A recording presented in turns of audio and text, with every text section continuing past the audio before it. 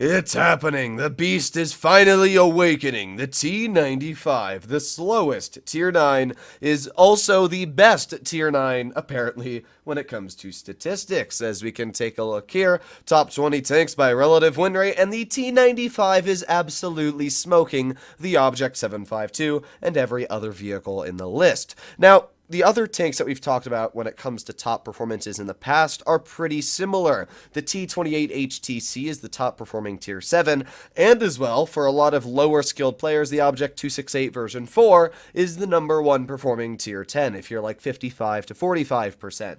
And that is the exact same thing I see for the T95. Overall, when it comes to 65% players, the T95 doesn't even make the list.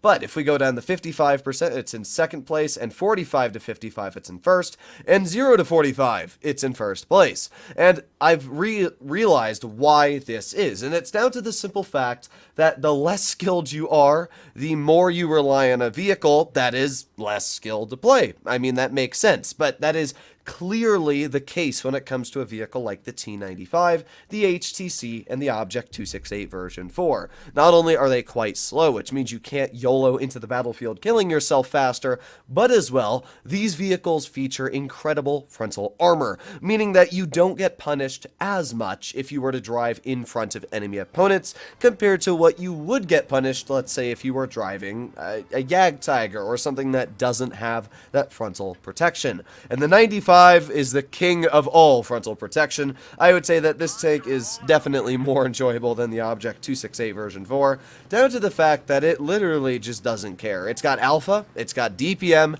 it's got really good pen, and as well, it just looks really cool, and it's super low down. I love the look of the T95, always been one of my favorite Tier 9s, as many of you know, and it simply is because you can just keep on driving, and anything in front of you, especially like in this matchup here with the Tier 8s the enemy team has, yeah, good luck. So, let's start making our way into the front line. We are going a whopping 10 kilometers per hour right now, which is, yeah, not very fast. Let's just put it like that. But maybe, just maybe, we will be able to get our way into the front line. We got the IS-6 over there, and can't do anything to him.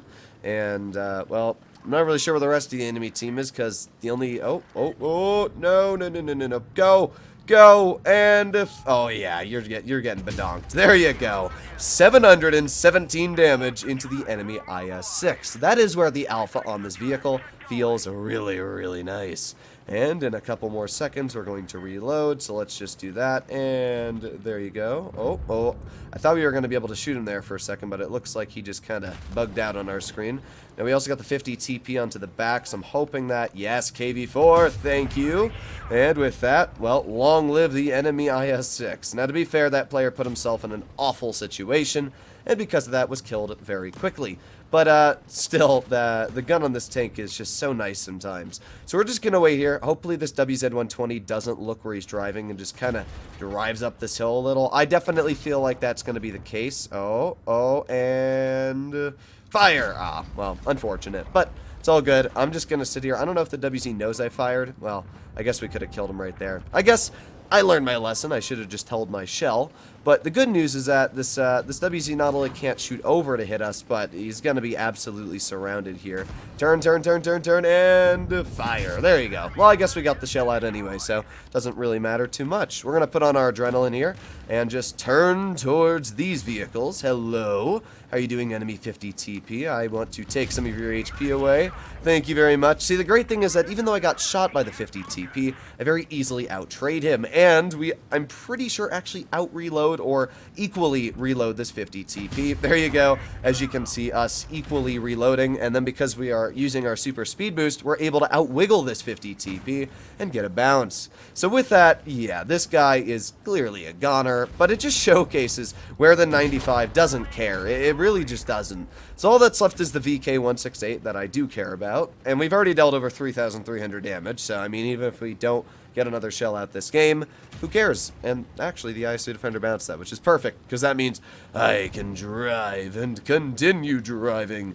Hello, Mr. VK, how are you? Oh, didn't even pen me, and boop, there you go.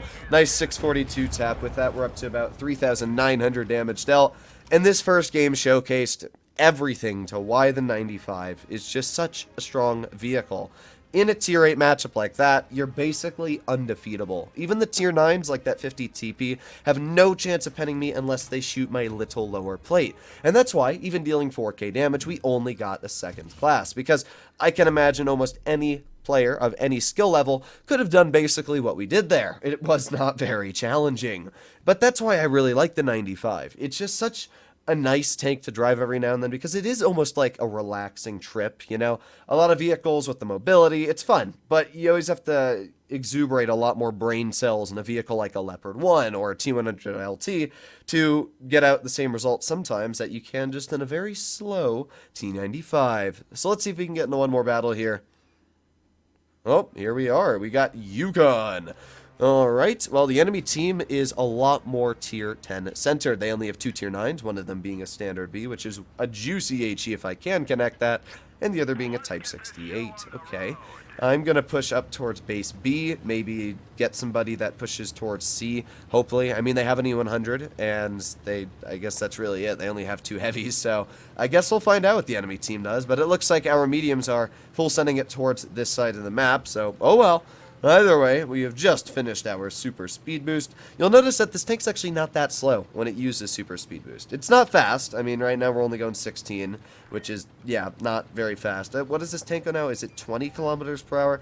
I never realized what Wargaming buffed the speed to because it never really reaches it unless you're on flat grounds, but I'm pretty sure it's 20, which is not bad, actually, to what I'm used to, when the 95 used to only go 14 when it was first released, and then Wargaming buffed it to 16, and then they finally buffed it to 20. That is why this tank, I would say, is actually so strong, is because they keep buffing its maneuverability. If it only went 20, or not 20, but it's 14 back in the day like what it used to, then it would be so slow of getting in the position. But because Wargaming keeps buffing it and buffing it, it just has the ability to keep on pushing faster and faster into the front line using that super strong armor. So our Yag just absolutely badonks that enemy there. And, well, we're going to shoot at this C100 Badoop. There you go. Nice tap for 591. And I'm just going to wiggle. Now, I'm not sure if we're going to be penned. We are, which is unfortunate, especially because that pen makes actually no sense where it hit me. But nothing I can do about that. Let's get another shell into the U100. There you go. Nice tap. And let's start backing up just a little bit. There you go. And let's hope that the C100 doesn't just overmatch our roof again. But, okay. There you go. As you'll notice, the 95, its armor is really good, but it's not amazing. You can very easily pen it. Like, that E100 just double tapped us without even barely aiming and absolutely destroyed whatever we were trying to do in that game. We got the T100 LT off to the side. Can't do much to him. We also got the Type 68 over here.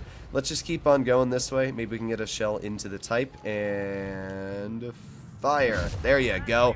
Nice roll as well for 736, and with that we were able to back in the cover. Now, even with bleeding all of our health, we were up to 2,300 damage dealt, which is a pretty decent chunk when you think about it.